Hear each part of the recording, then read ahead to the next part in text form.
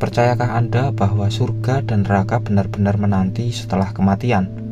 Atau mungkin konsep surga dan neraka hanyalah cara untuk mendorong kita agar hidup dengan aturan tertentu? Jika demikian, apakah surga dan neraka itu benar-benar tujuan akhir? Atau hanya ilusi yang mengalihkan kita dari makna hidup yang sesungguhnya?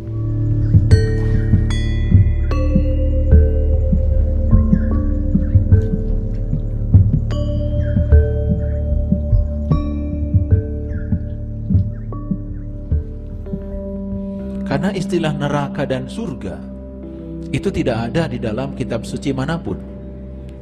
Kalau dalam bahasa Quran tidak ada surga, yang ada jannah. Dalam bahasa Quran tidak ada neraka, yang adalah nar. Apakah yang dimaksud dengan jannah dan nar dalam bahasa Quran sama dengan surga dan neraka yang dimaksud oleh bahasa lain di luar bahasa Arab? Tentu saja kita harus belajar kecerdasan dari bahasa. Karena setiap bangsa itu punya peradaban sendiri, punya kecerdasan sendiri, dan mereka merefleksikan kecerdasannya dalam bahasa. Kalau merujuk pada Quran surat Hud ayat 106, 107, 108, Allah sendiri yang mengatakan bahwa neraka itu adalah tempat di mana kita masih bernafas. Bahkan langit dan bumi masih ada, begitu kata Quran. Fa'ammal ladina syaku fafinnar lahum fiha zafirun wasahikun. Jadi neraka itu adalah tempat di mana kamu masih bernafas, bahkan langit dan bumi masih ada, begitu kata Quran. Jadi jangan kita ini mengaku-ngaku berpedoman Quran, sementara ketika Quran bilang begitu kita menolaknya karena berbeda dengan apa kata orang. Kajian ini memberikan perspektif yang menarik tentang konsep surga dan neraka. Namun perlu diingat bahwa ini hanyalah salah satu dari banyak sudut pandang yang ada. Untuk mendapatkan pemahaman yang lebih luas, kita perlu melakukan pembelajaran yang lebih lanjut dan melibatkan berbagai disiplin ilmu. Pandangan mengenai konsep surga dan neraka sering dibicarakan dalam berbagai agama, termasuk Islam. Keduanya memiliki tujuan akhir bagi manusia. Surga sebagai tempat kenikmatan dan kedamaian, serta neraka sebagai tempat penderitaan. Dalam Al-Quran, istilah yang digunakan untuk surga adalah jannah, sementara neraka disebut nar. Banyak orang yang menganggap surga dan neraka hanya ada setelah kita mati. Tetapi sebenarnya, pemahaman tentang kedua konsep ini bisa lebih luas dan mendalam. Penting untuk diingat bahwa banyak dari pemahaman populer tentang surga dan neraka seringkali dipengaruhi oleh tafsir dan tradisi lisan yang berkembang sepanjang sejarah. Di luar ajaran agama, tradisi lisan dan tulisan telah menambahkan detail-detail tentang deskripsi surga dan neraka yang seringkali lebih visual atau metaforis. Menolak konsep populer tentang surga dan neraka tidak berarti menolak ajaran agama. Sebaliknya, ini mengajak kita untuk melihat kembali dengan lebih jernih dan memahami bahwa bahasa sering digunakan dengan makna yang lebih luas, termasuk penggunaan simbol dan kiasan untuk menggambarkan hal-hal yang mungkin sulit dipahami sepenuhnya oleh pikiran manusia. Setiap bahasa membawa peradaban dan kecerdasannya sendiri. Dalam Al-Quran, kata jannah secara harfiah berarti kebun atau taman yang menggambarkan tempat keindahan dan kedamaian abadi. Sementara itu nar berasal dari kata yang berarti api, yang mewakili tempat penderitaan dan siksaan. Dalam terjemahan umum, kedua istilah ini sering disederhanakan menjadi surga dan neraka. Tetapi jika kita menyelidiki lebih jauh, terjemahan ini mungkin tidak cukup untuk menangkap kedalaman makna dari kedua kata tersebut. Pada kajian yang sudah kita dengarkan bersama, dalam terjemahan surah Hud ayat 106-108 misalnya, digambarkan bahwa orang-orang yang ingkar akan berada dalam nar, tempat di mana mereka masih bernafas, bahkan ketika langit dan bumi masih ada. Ini menunjukkan bahwa nar bukan tempat kematian total atau akhir dari segala sesuatu, tetapi suatu tempat di mana kehidupan dan kesadaran masih berlanjut. meskipun dalam penderitaan yang tak terbayangkan. Demikian pula, jannah bukan sekedar tempat fisik dengan sungai dan kebun-kebun, melainkan sebuah kondisi kebahagiaan yang mendalam dan kedamaian yang tak terganggu.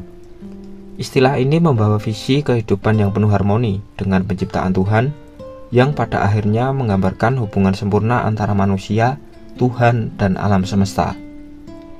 Secara teologis, konsep surga dan neraka sering dipahami sebagai alat untuk membimbing manusia agar menjalani kehidupan yang bermoral. Keduanya adalah simbol yang mendorong manusia untuk bertindak berdasarkan kebaikan dan menghindari kejahatan. Dengan adanya janji pahala surga bagi yang berbuat baik dan ancaman siksa neraka bagi yang berbuat dosa, manusia diharapkan untuk senantiasa memilih jalan yang benar dan menjalani hidup sesuai dengan perintah Tuhan. Namun penting juga untuk memahami bahwa tindakan baik yang dilakukan hanya karena takut akan neraka atau karena menginginkan surga mungkin tidak mencerminkan moralitas yang sejati. Tujuan utama dari berbuat baik bukan hanya untuk mendapatkan pahala, melainkan untuk mendekatkan diri kepada Tuhan dan mencapai kesempurnaan spiritual. Oleh karena itu, surga dan neraka tidak boleh dilihat semata-mata sebagai hukuman atau hadiah, tetapi sebagai bagian dari perjalanan spiritual yang membantu manusia mencapai potensi tertinggi mereka sebagai makhluk yang bertanggung jawab. Pada dasarnya, surga dan neraka adalah hasil dari apa yang kita tanam, bahwa segala tindakan, keputusan, dan niat yang kita ambil dalam hidup akan mempengaruhi kondisi yang kita rasakan. Jika kita menanam kebaikan, kasih sayang, kejujuran, dan empati, kita akan menuai kedamaian dan kebahagiaan. Sebaliknya, jika kita menanam kebencian, dendam, dan keserakahan, maka penderitaan dan kesulitan mungkin menjadi bagian dari hidup kita. Namun yang lebih penting daripada hasil akhir adalah prosesnya.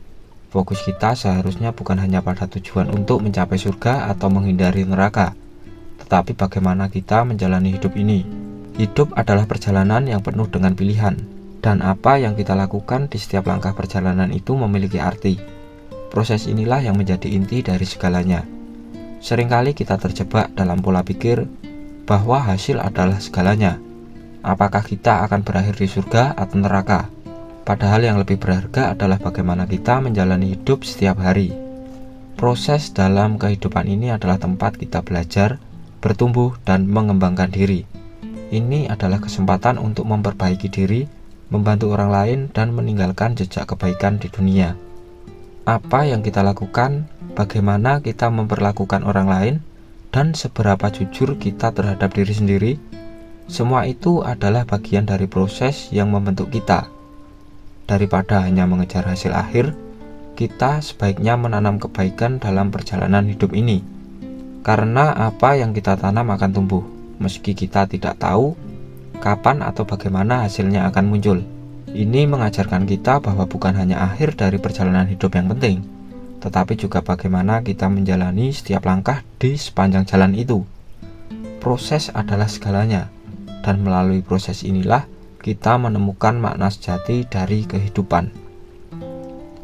Pada akhirnya, apakah surga dan neraka ada di dunia ini atau hanya ada setelah kita mati? Surga dan neraka tidak hanya tentang apa yang menanti kita di akhir perjalanan, tetapi juga tentang apa yang kita alami selama kita berjalan di dunia ini. Maka daripada terfokus pada hasil akhir, kita harus berusaha menjalani hidup dengan sebaik-baiknya, menanam kebaikan, kejujuran, dan kasih sayang dalam setiap tindakan dan keputusan kita, tanpa terobsesi pada hasil yang belum tentu kita lihat dalam waktu dekat. Sebab pada akhirnya, yang penting bukan di mana kita berakhir, tetapi bagaimana kita telah menjalani hidup kita dan apa yang telah kita tanam di sepanjang jalan. Jadi, apakah kita menjalani proses hidup dengan baik? Apakah kita menanam kebaikan tanpa terlalu khawatir tentang hasil akhirnya? Mari kita renungkan lagi pembahasan kita hari ini dengan penuh kesadaran. Kembali saya ingatkan bahwa semua ini hanya untuk memberikan pandangan yang informatif mengenai konsep surga dan neraka, serta refleksinya dalam kehidupan sehari-hari.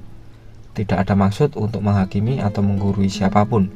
Setiap individu memiliki hak untuk memahami dan memaknai konsep spiritual sesuai dengan keyakinan dan pemahaman masing-masing.